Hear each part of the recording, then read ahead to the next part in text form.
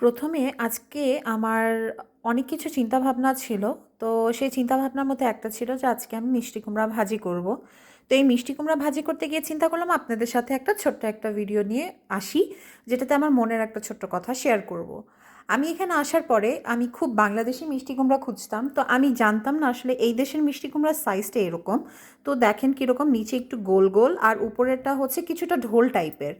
তো এই মিষ্টি কুমড়া প্রথমে দেখে বুঝিও নি এবং আমি অনেক হেসেও ছিলাম যে বাংলাদেশে খেয়েছি কীরকম আর এখানকারটা কীরকম। তো মজার বিষয় হচ্ছে এই মিষ্টি কুমড়া কাটছিলাম আর চিন্তা করছিলাম বাংলাদেশে মিষ্টি কুমড়া কাটতে যেমন শক্ত, ঠিক এরকম কাটার সাথে সাথে একটা ফ্লেভার আসে। এই দেশের মিষ্টি কুমড়া হচ্ছে কমপ্লিটলি ভিন্ন। এভাবে কাটার পরেও ওরকম ফ্লেভার আসে না, কাটলেও রান্না করলেও ওরকম স্বাদ আসে না। তো এই বিচিগুলো যেগুলো দেখছেন এগুলো আমি বাগানে আজকে ছিটিয়ে দিব। তো বাগানে অনেকগুলো মিষ্টি কুমড়া গাছ লাগানো হয়েছে, কিন্তু কেন জানি না এবার মিষ্টি কুমড়া গাছ থেকে শুরু করে সব গাছ যেগুলো কিনে আনা হয়েছে, লাগানো হয়েছে অনেক আগেই, সেগুলো আর বড় হচ্ছে না। তো ওটাই আজকে মানে ছিটিয়ে দিব।